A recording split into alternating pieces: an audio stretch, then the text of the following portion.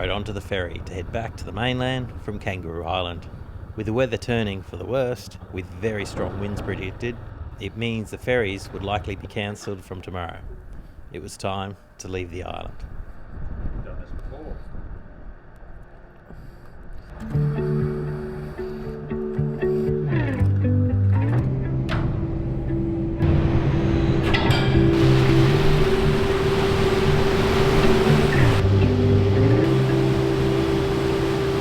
I could sit around and wait all day. There was a bit of swell running, but not too bad. We were travelling downwind, so that obviously helped. Leaving the island late in the afternoon, it would mean I was back on the mainland in the dark. I checked Wikicamp to look for the closest place to camp, so I wasn't riding through the night. All we really had is time. Thanks, mate. Kangaroo Island was an awesome place to explore. It would have been great to spend longer, but now it was on to the next destination. I don't wanna waste it on anybody. Take it with anybody but you.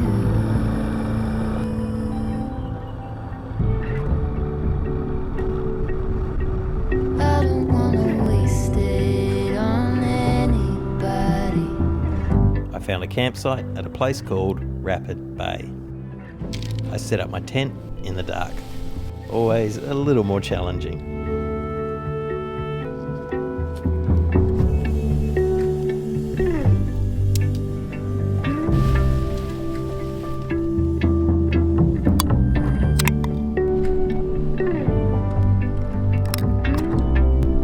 I had something to eat and headed to bed.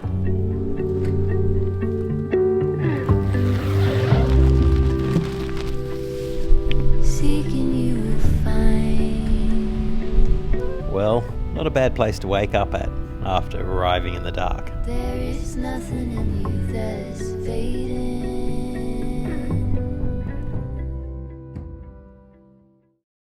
Morning, wind is up still.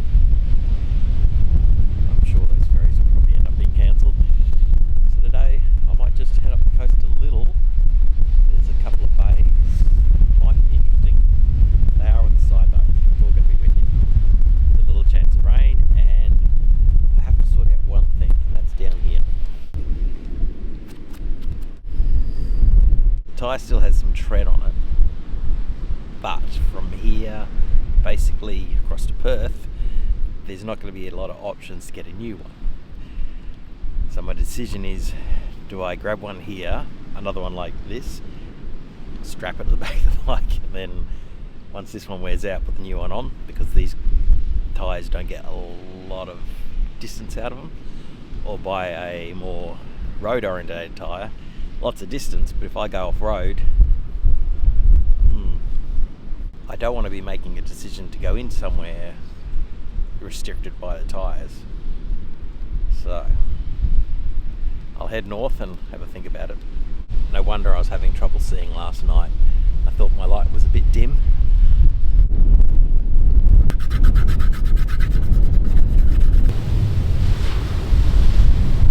There's no chance I'm going to be able to roll this tent up, so it's going straight in the bag.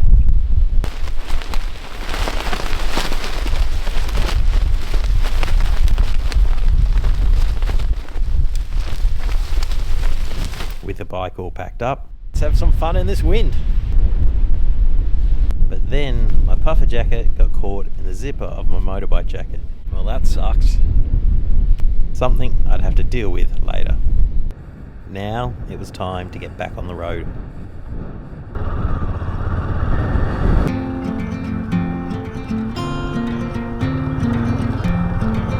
I made my way back up the road I came in on last night.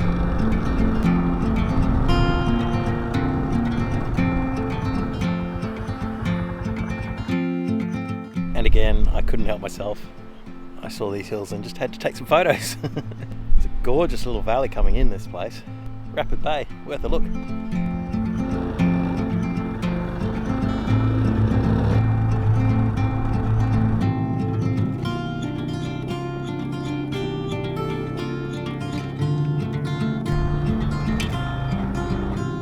I turned into the next valley, which happens to be named Second Valley. I spotted something in the field, so I pulled over. It was a group of alpacas. I sometimes get them mixed up with llamas, but alpacas have a smaller, blunt face with shorter ears.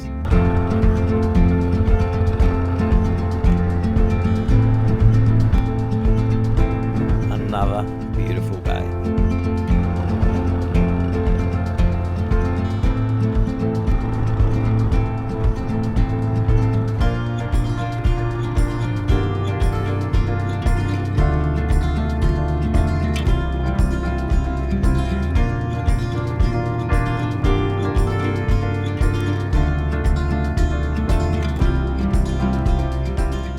Looked like there was a ridge to my left, so I took the next road I came across to see if I could get up there, as it might have a better view.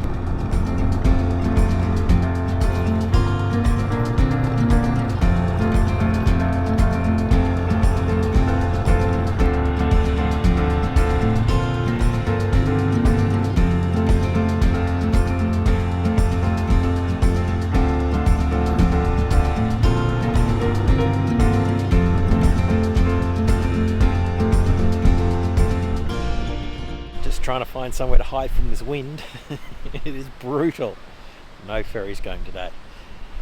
But this landscape is gorgeous. All these rolling green hills and really tight little canyons. Are they canyons or gullies? Not sure. Someone out there can tell me. But yeah, just stunning. And there's a dam over this side, and my main plan's probably just to stay away from the coast till this wind dies down. Might be an idea. Alright, on north and onwards.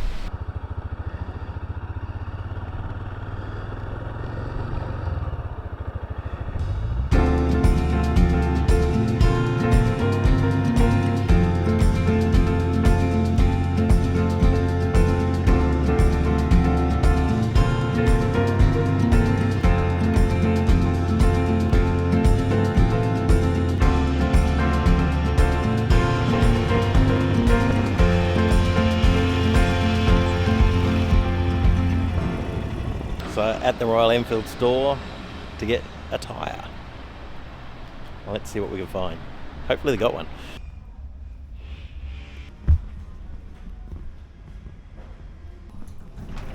Good news, they have a tyre. Well, they only had one that would fit that wasn't total road. So another Dunlop 605. They wear fast, which is not ideal, but at least if I find some dirt, I'll actually go on it. I've probably got 500 k's left on this one, so somewhere on the Nullarbor I might be changing tyres. And they were kind enough to give me a couple of straps. And it's way cheaper than most other tyres, so it'll get me to Perth. Yeah, I might go to Perth. Now I've just got to work out how to strap this thing on. Perfect. Yes, and I know, more weight, not a lot I can do about it. I'll be low riding at the back.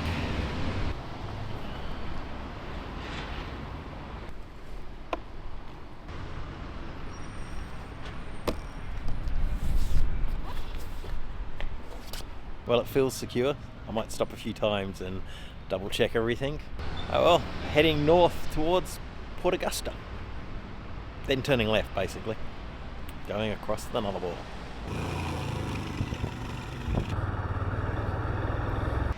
A quick stop to fill up and clean the windscreen. And finally, clean the mud off that headlight.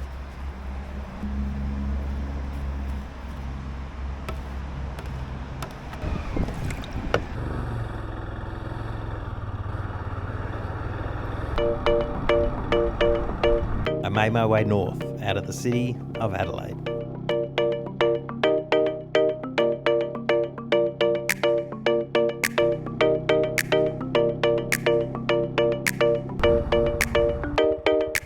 A quick stop to check the tyre on the back was still there.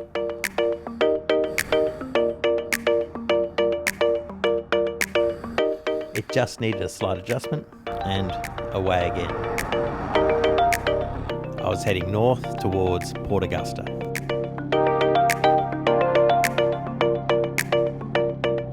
At Rapid Bay, I bumped into a local Adelaide motorbike rider who said there was a good free camping spot just outside Port Augusta on top of a hill, which he gave me directions to. He suggested not to take the main highway, but the road to the right, through the valley, as the main highway was quite boring to ride. I'd pulled over and put the onesie rain suit back on, as up ahead looked like I might be getting hit by more rain.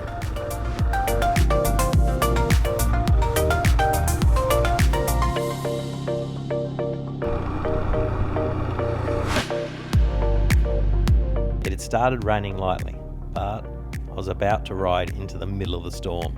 But then I saw a road to the left that linked up with the main highway, and the skies were clearing to the left, so I took it.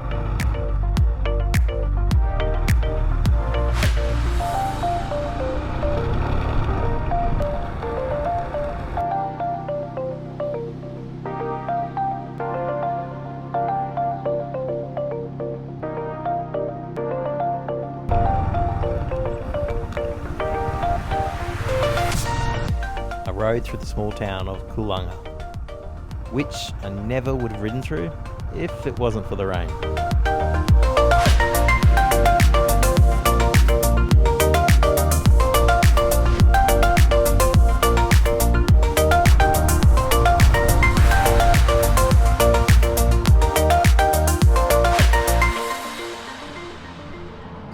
So I've just stopped at a fuel station to fill up and get some food, because the way I was going, I knew there was a town, Melrose, towards where I was going to camp, and this way I'm not sure if there is. I know Port Pirie's there, but that's a turn off, so I thought I'd fill up and get everything while I can, because then Port Augusta's not that far past it. The forecast for the weather had all this coming through a couple hours before I got here. Obviously it's a bit late. The weather didn't get the memo. But luckily I was able to dodge that one storm. So we'll see how this next section goes. There is a storm behind me coming through, or a rain squall. Not sure if I'll get it or not. We will find out.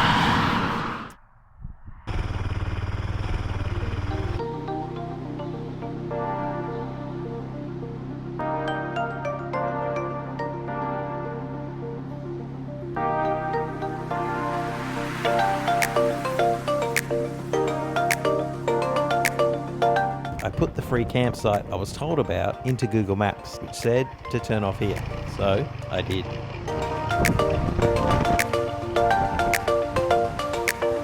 It said to go straight ahead, but the gate was locked, so I took the track to the left.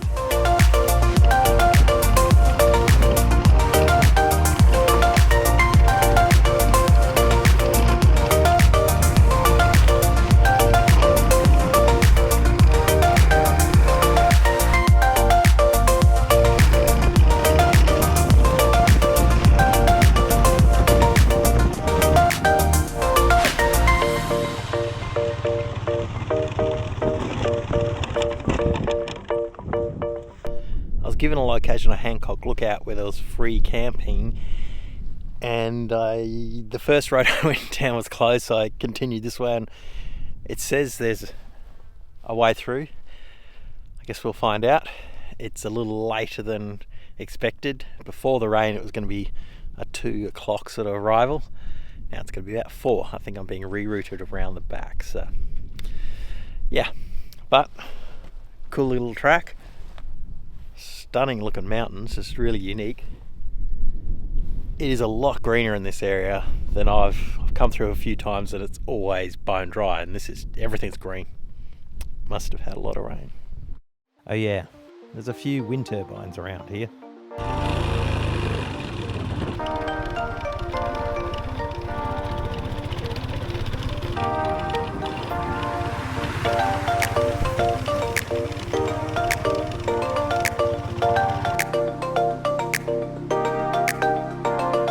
Headed up through the pass. Then made a right onto the dirt road that led up to the lookout.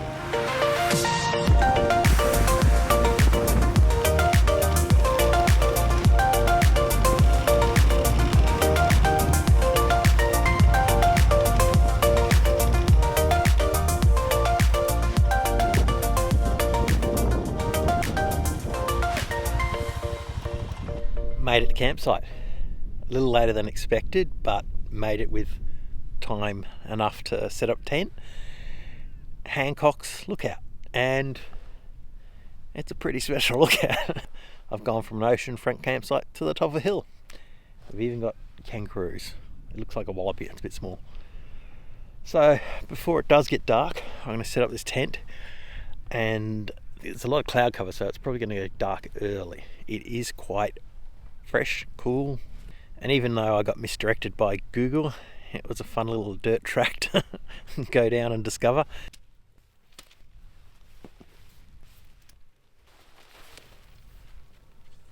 Tent's all set up, still plenty of light. I have had a little issue with the hand warmers.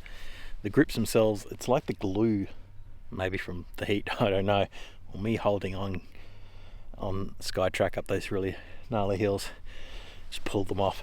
Anyway, the glues come off and the throttle just keeps spinning around, but the bigger issue is the cable attached to the hand grip, and that's just stops. So there's no more throttle, the thing just dies. So I have some ties, hope it doesn't damage the ability to warm my hands, but it's probably better to have control of the throttle than warm hands. So I'm going to try and do that before it gets dark.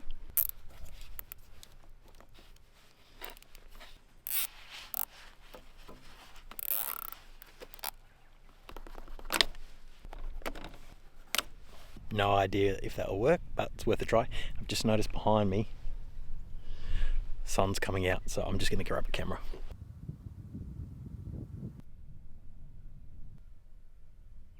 So the next few days is going to be pretty much like this. No sort of Flinders Ranges or Kangaroo Island or, you know, a particular place going to have a look at. It's just going to be on the road sort of stuff, and I like that, just riding, nowhere particular. There's no destination. Well, there's a destination, but you're not trying to go see something. You're just having a look around, and it's, I don't know, that's that sort of freedom thing I think I like. It's going to take probably 4 to 5 days to get to the bottom of Western Australia, which is sort of the next sort of populated area after this. Once you sort of leave Port Augusta, that's the sort of like this big divide across to the other side of the country. It's sort of the emptiness. There is the Great Australian Bight, which we'll definitely stop at and hopefully camp on the cliffs. And then there is that, the Nullarbor and the road. 90 miles or 168 kilometres of dead straight road. So that's another thing to look forward to if you like that sort of thing. No turns. Yeah, so should be a cruisy, fun next 3, 4, 5 days. I got into my tent and called it a night.